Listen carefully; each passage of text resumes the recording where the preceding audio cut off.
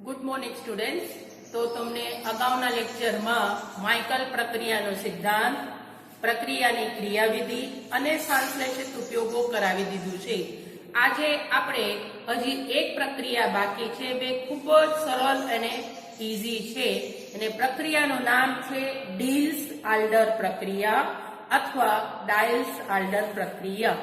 તો 1950માં આ પ્રક્રિયાની શરૂઆત થઈ છે, અને આ બંને જે વૈજ્ઞાનિક છે આના બદલે એને નોબેલ પ્રાઇઝ આપવામાં આવ્યો હતો.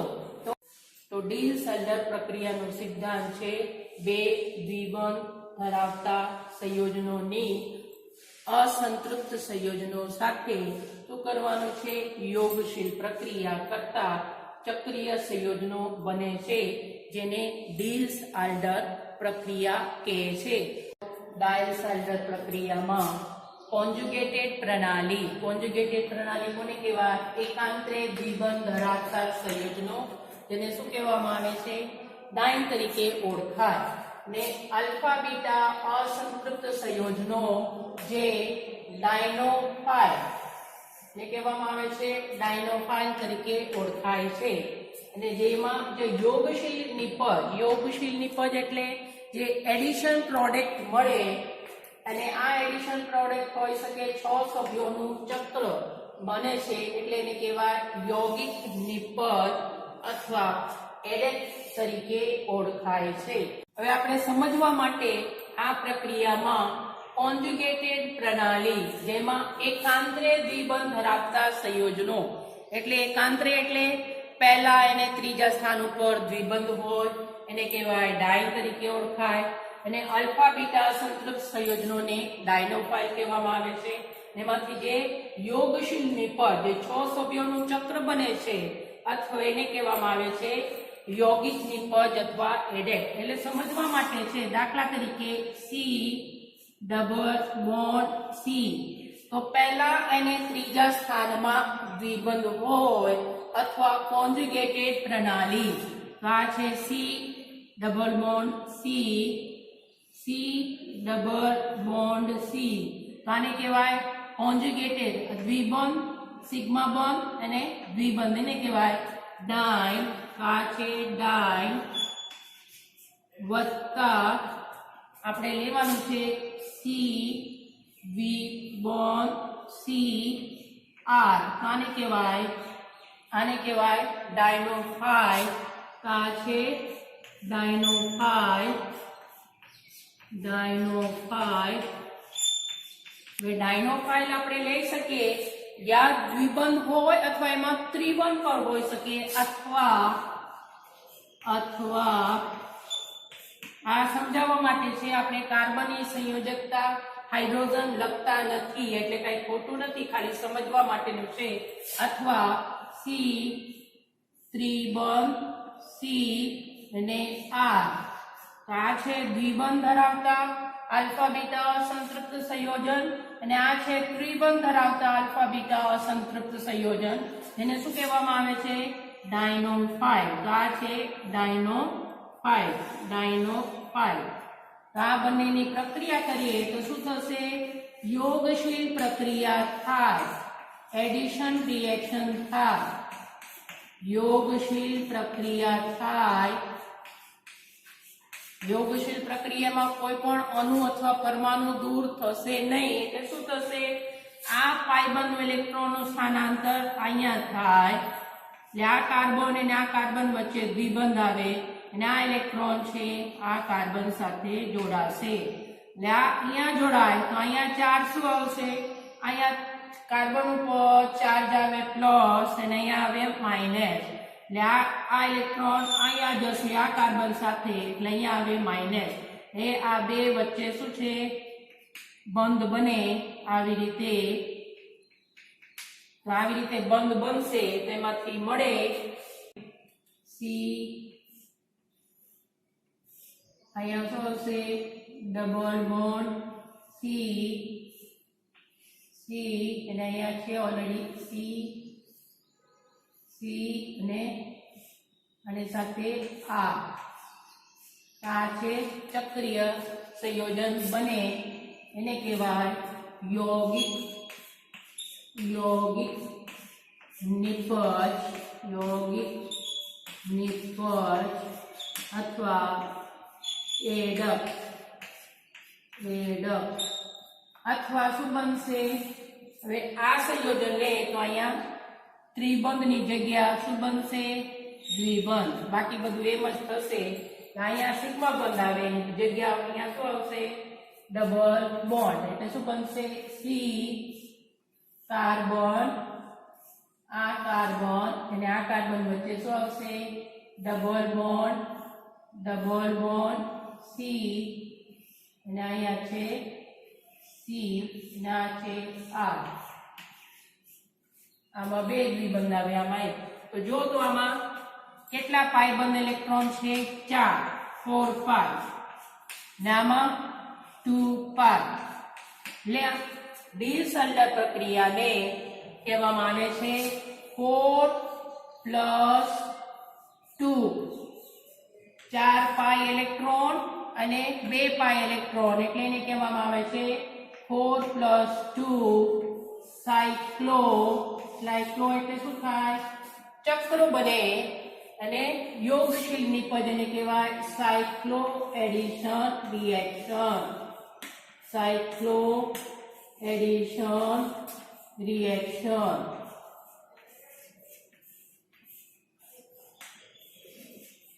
તો આના 4 પાઈ ઇલેક્ટ્રોન અને આના 2 પાઈ ઇલેક્ટ્રોન ને લીધે એને કહેવામાં આવે છે 4 + 2 સાયક્લો એડિશન રિએક્શન. આમાં કેટલા પાઈ બંધ ઇલેક્ટ્રોન છે? 1 2 3 અને આમાં એક જ છે. તો આમાં છે 3 પાઈ ઇલેક્ટ્રોન. તો આ જે નિપજ બને છે એમાં એક જ પાઈ ઇલેક્ટ્રોન છે. તો 3 પાઈ ઇલેક્ટ્રોન માંથી આ એક જ પાઈ ઇલેક્ટ્રોન છે એટલે બે નવા સિગ્મા બંધ બને છે. આ એક સિગ્મા બંધ ને આ સિગ્મા બંધ. જે એડેક્ટ બનશે એમાં બે નવા સિગ્મા બંધ બને છે. તો આ બે સિગ્મા બંધ બને અને 3 પાઈ માંથી એક જ પાઈ ઇલેક્ટ્રોન, એક જ ડબલ બોન્ડ આવશે. તો આમાં ડાઈ અને ડાઈનો ફાઇલ આપણે બે લીધા છે. આ છે અલ્કીન સંયોજન, અલ્કીન દ્વિબંધ અને આ છે અલ્કાઇન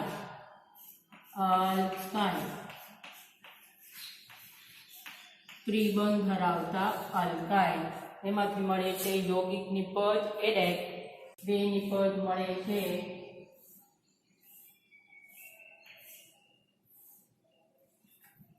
આમાં એક બંધ આવે એટલે શું આવશે?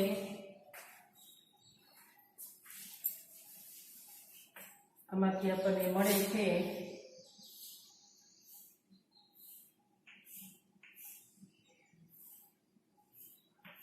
આર અને અહીંયા શું મળે છે?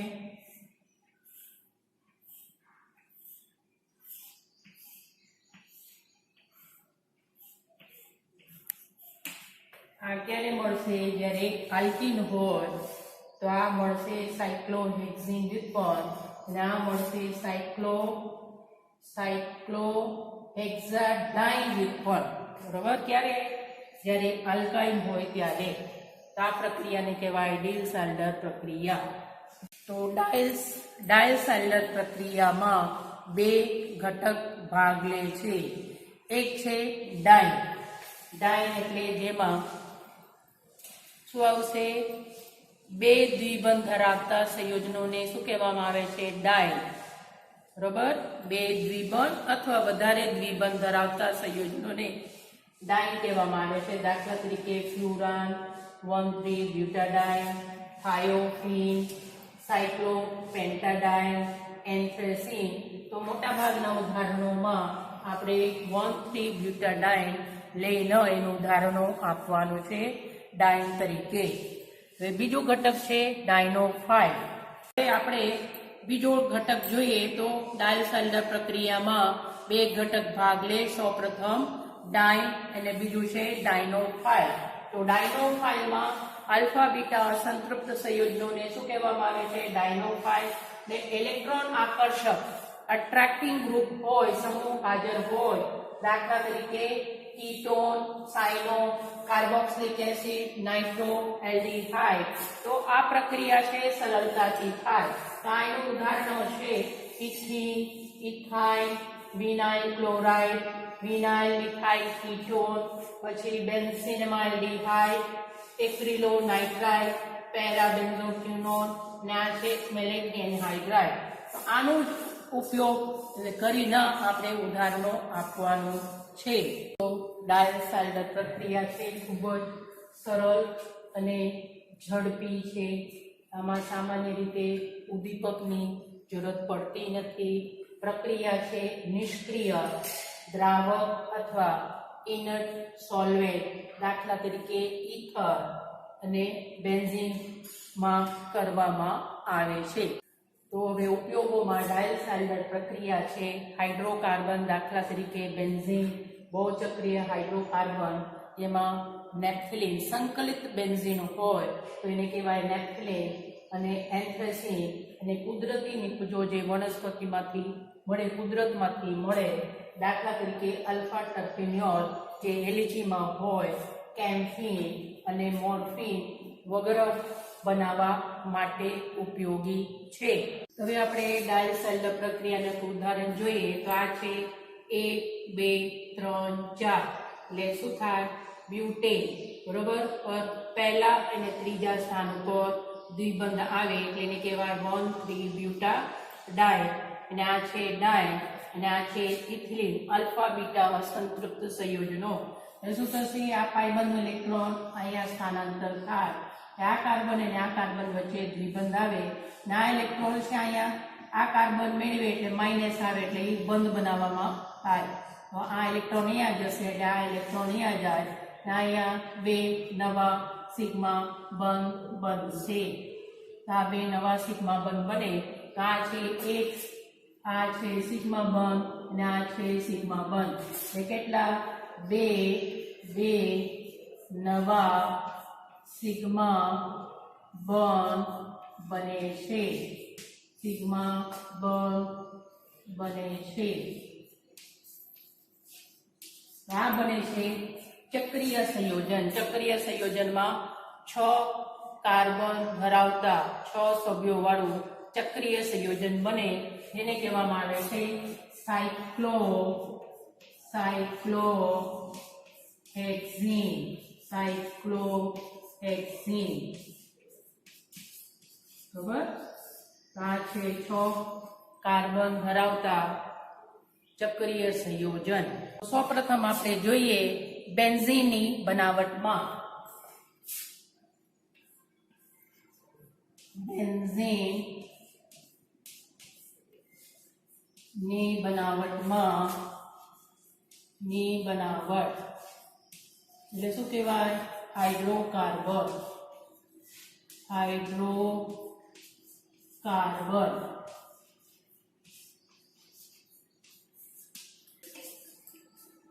તો બેન્ઝીનની બનાવટમાં આપણે બે ઘટક લેવાનું છે, ડાઇ અને ડાયનોફાઇલ. ડાઇ અને ડાયનોફાઇલ. તો ડાઇન છે 1,3-બ્યુટાડાઇન, 1,3-બ્યુટાડાઇન એને કહેવાય ડાઇન, વત્તા CH2 ડબલ બોન્ડ CH2 તા છે ડાયનોફાઇલ,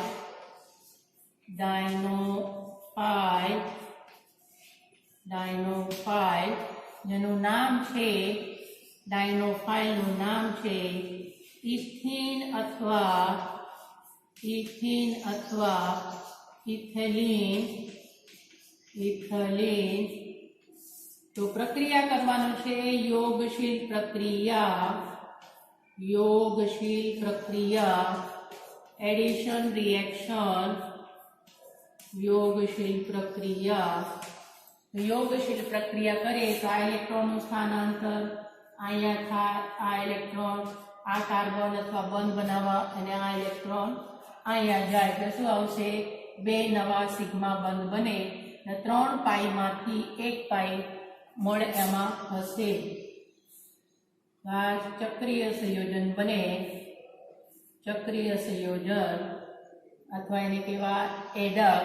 એનું નામ છે સાયક્લોહેક્ઝેન. પછી આપણે બનાવવાનું છે હાઇડ્રોકાર્બન બેન્ઝીન, એટલે ડિહાઇડ્રોજનેશન પ્રક્રિયા. શું કરવાનું છે? ડિહાઇડ્રોજનેશન પ્રક્રિયા. ડિહાઇડ્રોજનેશન પ્રક્રિયા કરતા શું થશે? એક અહીંયાથી 2 3 4 એટલે કેટલા હાઇડ્રોજન દૂર થાય? -2H2 એટલે બને આમાંથી બનશે આ છે અહીંયા શું આવશે? Double bond double bond double bond. આ છે બેન્ઝીન. બેન્ઝીન એ એક પ્રકારના શું છે? હાઇડ્રોકાર્બન. બરાબર. બીજું ઉદાહરણ આપણે જોઈએ લાસ્ટ હાર્ડ માટે. બેન્ઝાલ્ડિહાઇડ ની બનાવટમાં બેન્ઝાલ્ડિહાઇડ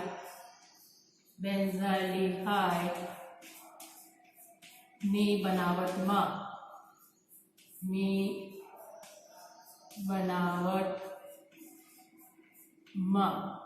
આ માટે બી આપણે 1,3-બ્યુટાડાઇન લેવાનું છે.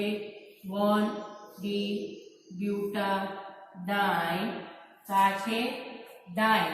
1,3-બ્યુટાડાઇન એ ડાઇન છે વત્તા એક્રોલિન અથવા એક્રાઇલ્ડિહાઇડ.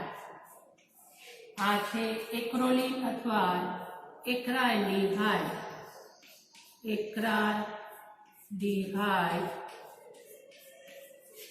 આલ્ફા બીટા સંતૃપ્ત સંયોજન. એલ્ડિહાઇડ અથવા એને શું કહેવાય? એક્રોલિન.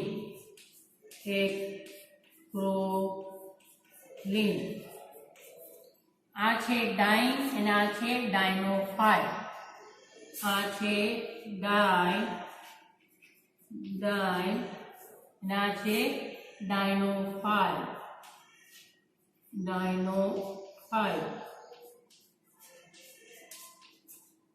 તો અગાઉ તમને કીધું છે જ્યારે આલ્ફા બીટા સંતૃપ્ત સંયોજનમાં એલ્ડિહાઇડ સમૂહ ઇલેક્ટ્રોનને આકર્ષે એવા સમૂહ હોય તો પ્રક્રિયા છે સરળતાથી થાય છે, એને ઝડપી થાય. તો આપણે કાંઈ બધું કંઈ લખવાનું નથી. યોગશીલ પ્રક્રિયા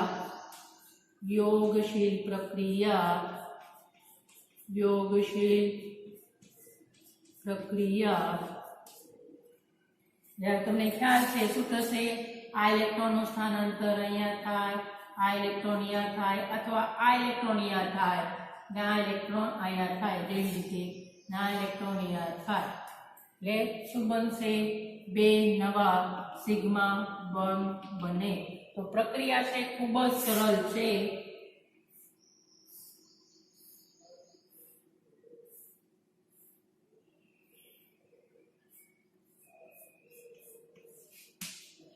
તો આ છે સાયક્લોહેક્ઝેનની વ્યુત્પન્ન.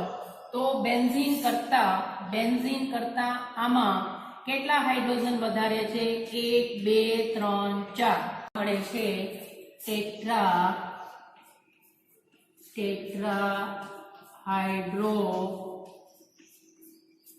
તો આમાં બેન્ઝાલ્ડિહાઇડ કરતા 1 2 3 4 5 6 એટલે શું આવશે?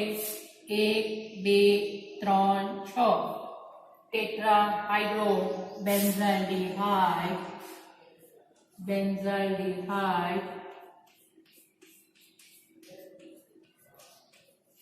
ના યાદ ન રહે તો તમે લખી શકો સાયક્લોહેક્ઝેનાલ. શું લખી શકીએ આપણે? બેન્ઝાલ્ડિહાઇડ અથવા સાયક્લોહેક્ઝિનાલ હેક્ઝિનાલ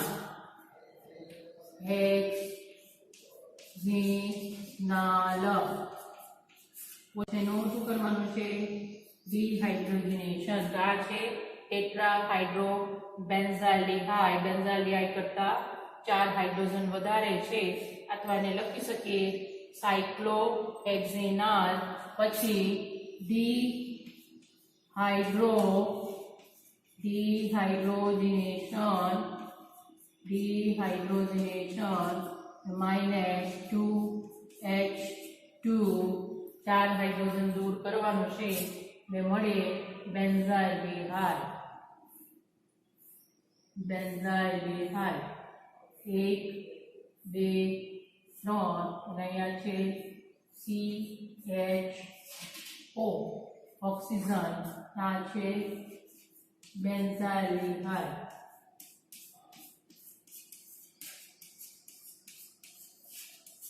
આને કહેવાય ડિસલ્ફર પ્રક્રિયા.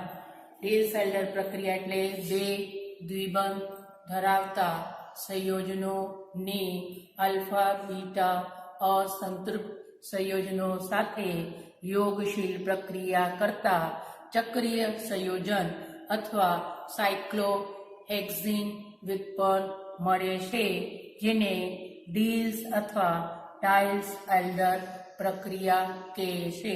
આવજો.